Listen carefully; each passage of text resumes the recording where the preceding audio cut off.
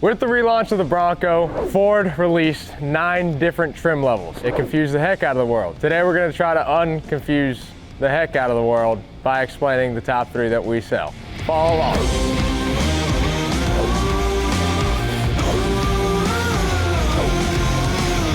Your Badlands is going to be starting around 50, your Wildtrak will sit right around 60, and your Raptor is just going to start off at 90. There are basically 2 different components that I want to go over with you guys that I think play the biggest contributing factor to why these prices are so drastically different. First component I wanted to talk about was suspension. So with the Badlands, you are able to get a 2.0 Haas suspension with the Sasquatch lift option, right? Doesn't come stock with the Sasquatch kit, but you are able to get this. And matter of fact, Haas did all of these vehicles when it comes to the top 3 of the line to be able to have the Haas suspension in it.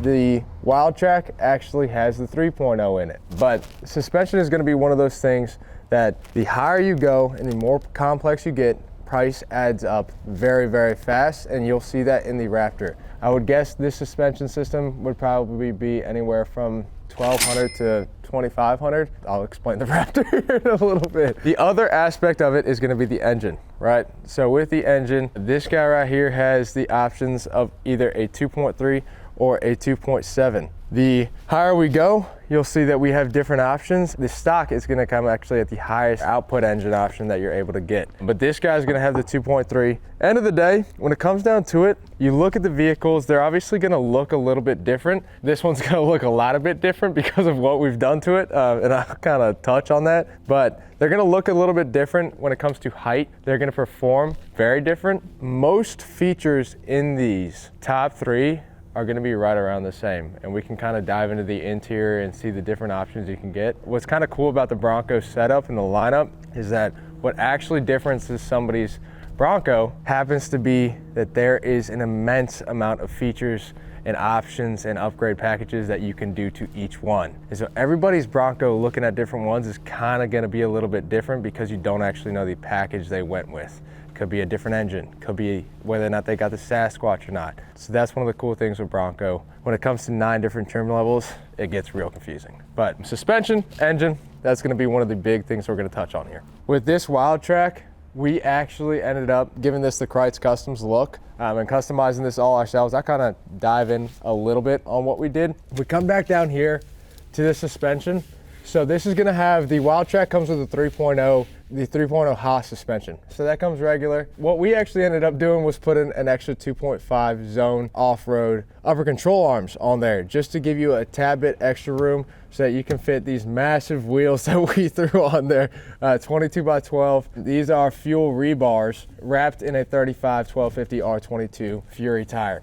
All right, and so we did that. It looks beautiful. That does have the Haas suspension on a 3.0 already in there. That comes stock. The engine on these, I believe, also is an option.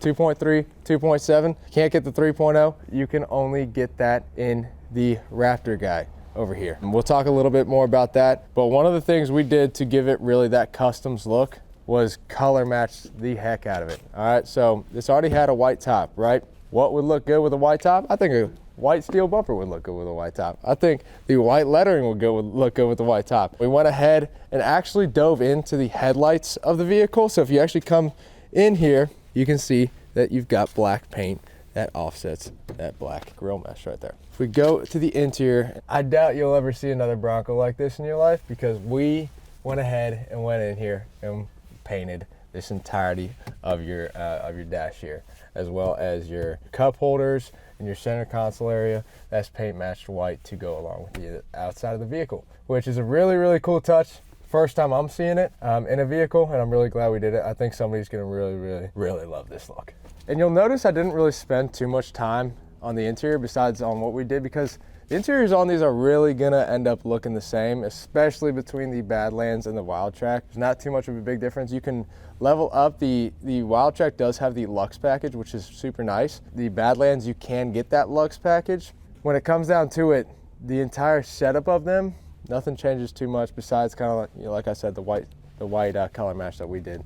We also color match these handles, as well as your roof hardtop on this and the fender flares. That's what Krietz did. Obviously this one looks a lot different than the rest of them. It looks a lot better, but you can get that done with any of the, you can get that done with the Raptor, you can get that done with the Badlands. Now on to the big Raptor. The top of the line for the Broncos. Ultimately, there are some interior details. You've got carbon fiber, really nice seats. The big difference between this guy, that makes it 40 grand more. Should it be 40 grand? I'm not gonna go there.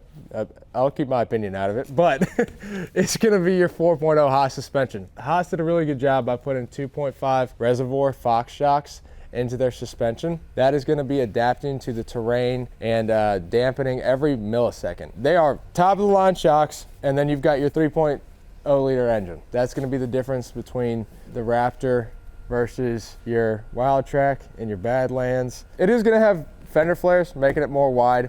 All of these vehicles, on the top three, they come with a steel skid plate, which is really nice. This is gonna come with a steel bumper. End of the day, is it worth it to have 9 different trim levels when things are so similar? Really, out of this, the 2 that are different are gonna be the ones that the Wildtrak we did because we did it and made it so much different, and the Raptor. The Raptor is gonna have different interior, a different engine, and a 4.0 Haas. Everything down from that line sticks somewhere in the same level, or you can make it via packages or options they offer you, like the next level up, without even getting the next level. So what do you guys think? Which one of these would you buy? Which one do you like the most? Me personally, I'm gonna go with the Krietz build, but that's just my opinion.